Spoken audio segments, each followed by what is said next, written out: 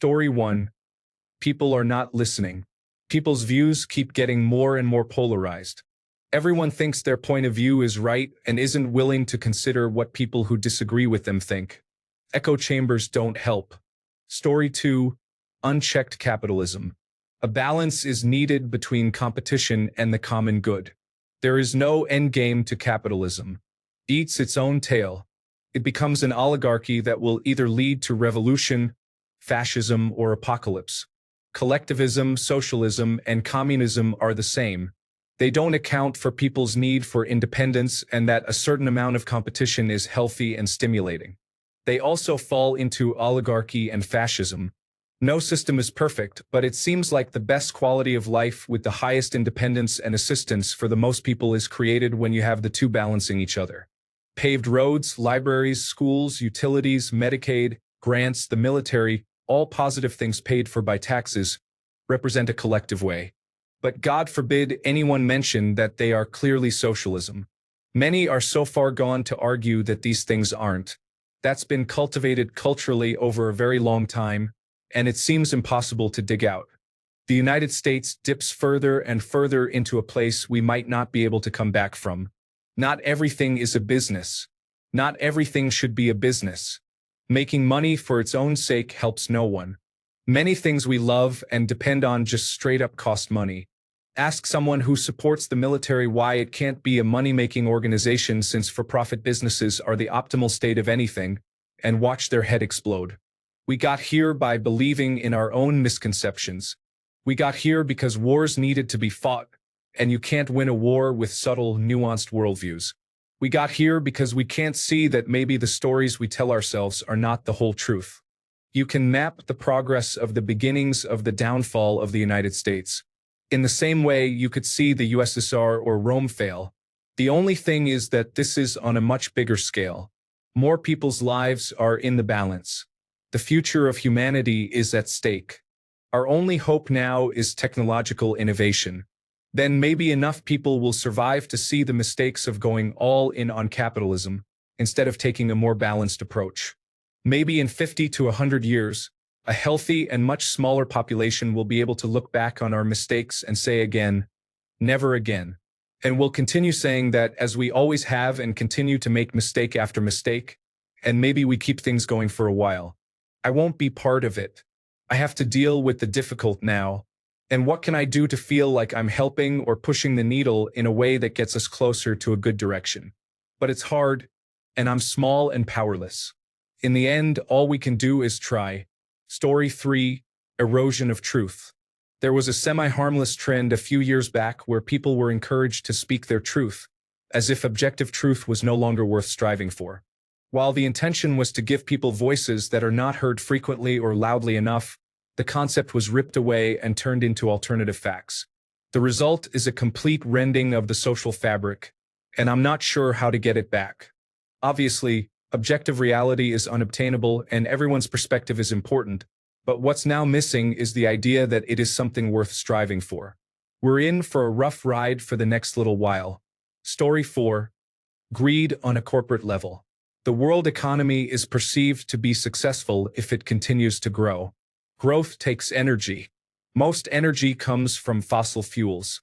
The burning of fossil fuels is damaging the planet's environment, making it more and more difficult for human existence.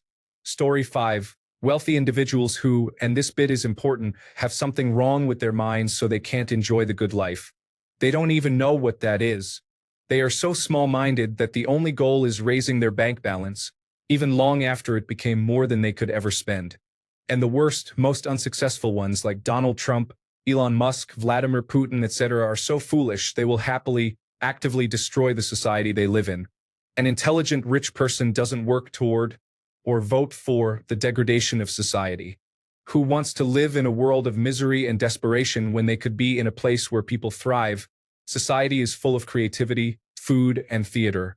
I'll tell you who. The aforementioned people who understand life so poorly they only crave a few more numbers to look at.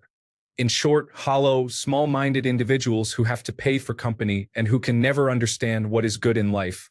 Of course, these individuals are nothing without gullible armies of enablers. Sadly, as the United States clearly demonstrates through its electorate, they are not in short supply, so you might argue that at the root, it's those individuals who truly cause the world to get worse. Story 6. Society is slowly being dragged back into a world controlled by ruthless dictators that hoard all the resources, while the serfs fight each other over scraps, basically forcing us back into the dark ages. I'm starting to wonder if this is just natural for humans. Seems like everything we do is cyclical. Story 7. The selfish gene. Great when the human population was in the tens of thousands at the most. When you have thermonuclear weapons and a population in the billions, it can yield disasters. Story 8. Those who use weapons, threatening family houses over their drug addiction issues. What's wrong with people? Why don't they use their fists these days? All cowards, that's why. Story 9. Pride and shame. People feel such intense shame when they are incorrect that it is better to stubbornly hold on to what you know despite proof. To do otherwise is to admit your own mistake, your own shortcoming, and that cannot be allowed. If you're wrong, then you have no worth, no value. Then you are ridiculed and shamed. That's what people think anyway. But it's okay to be wrong. It's good even to not know everything. It's not your fault if you're misinformed from sources you've always thought reliable. But it's not okay to completely reject new information if it doesn't match what you know. Stay open to new input, new information, even if it contradicts your own. Never reject outright. Teach people it's okay to be wrong. They won't be punished for admitting they were misled or didn't understand. Thank them for listening and for changing their minds. Be the positive voice to bring people to an open mind. Story 10. Artificial intelligence is just corporate financial savings intelligence software. It helps nobody other than rich people. Average people can't utilize it for anything meaningful, and it basically destroys all artistic creativity because it's generating derivative photos. Story 11. Us against them mentality fostered by echo chambers. It doesn't matter which side. Ignorance and fear will consume all humans, given the petri dish of social media and division-focused politics. Story 12. If it weren't for the YouTube Partner Program, many would have gone to college for in-demand jobs. Now, kids just want to pick up a camera, blog, stream, and get paid for it. I really hate how much marketing money Google AdSense has. Story 13. It's not one thing, and it would take decades to right the ship after the damage the last 5 to 10 years alone have caused, not including the steady decline in general over past decades. Story 14. No compassion or tolerance. Everyone is totally different, and some people think that if you are not like them, then you are not worthy. Story 15. Well, to be quite honest, there's probably quite a number of factors contributing to the eventual destruction of our entire planet. One in particular would be the Philippines, which is doing an excellent job of doing its part by destroying much of its natural environment. Story 16. People believing they have to live their life paying rent and utilities. Find a way to eliminate that and you will have no money problems ever. Unless you abuse money. Story 17. Society's inability to convey their point of view or belief and understand it isn't a requirement for people to agree with it. Political science has evolved to control the narrative, making it impossible to address any one issue. Black Lives Matter. Did you hear that? This person hates white people. Or no, all lives matter. I believe in pro-choice. Did you hear that? This person hates babies.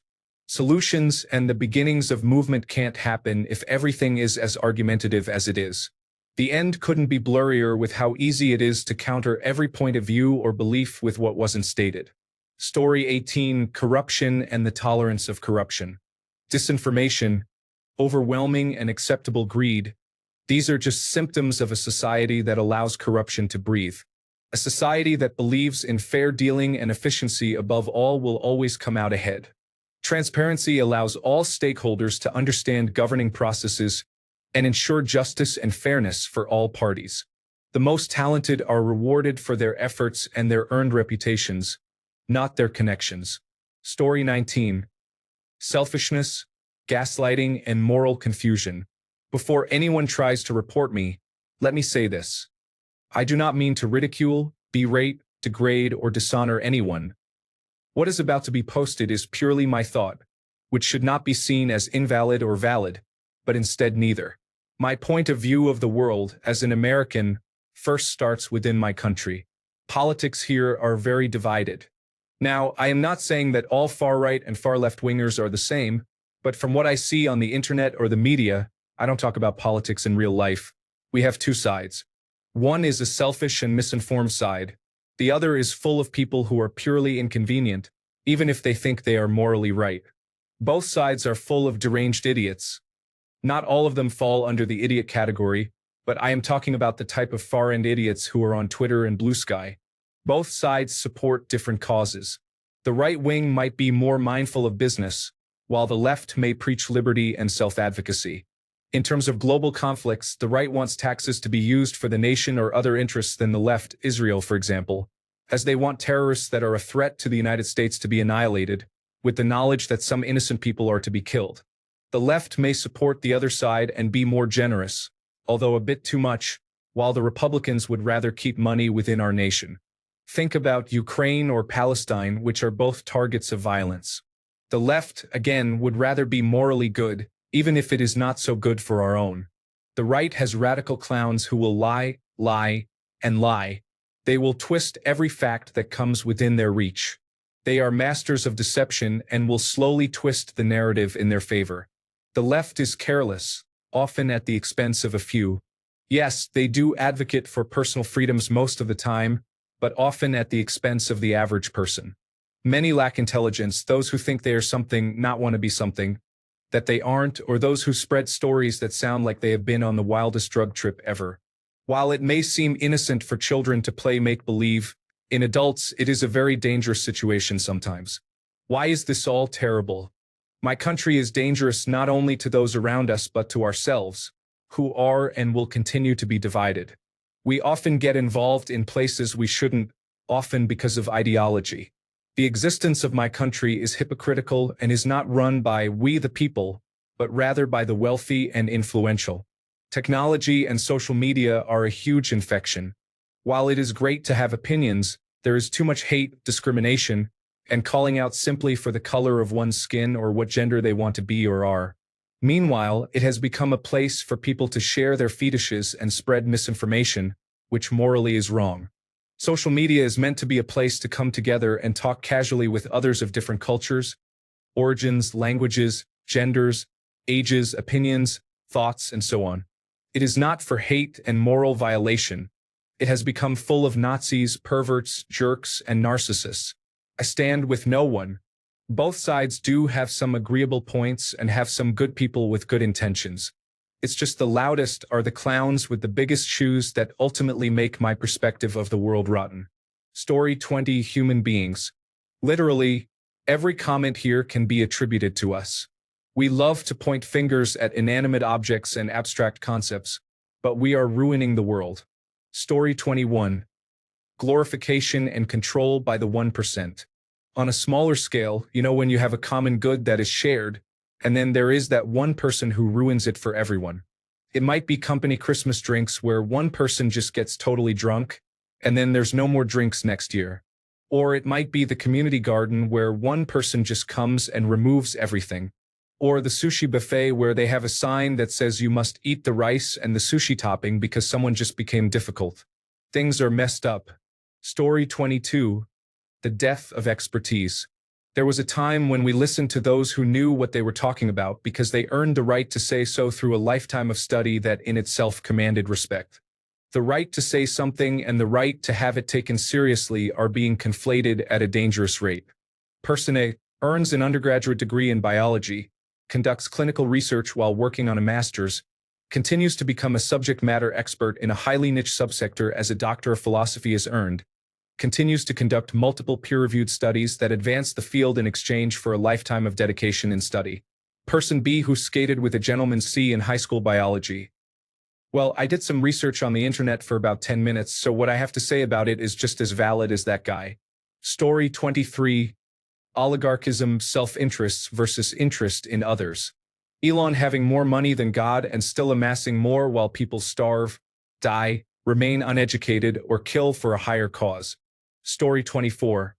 This is a pretty broad statement, but the lack of one-on-one interaction, face-to-face or in person, and the consequences of that interaction, whether good or bad, have led people to drift away from the real world for various reasons, such as social media. It is creating a multitude of issues. Story 25. Destination addiction is the preoccupation with the idea that happiness is in the next place, job, or partner. It influences our mentality, making us believe that personal satisfaction and happiness are always external and somewhere in the future. This continuous longing for the next change can lead to chronic dissatisfaction and anxiety, depriving us of the ability to appreciate the present moment. Understanding and addressing this mindset can help us find fulfillment and happiness in our current experiences and surroundings.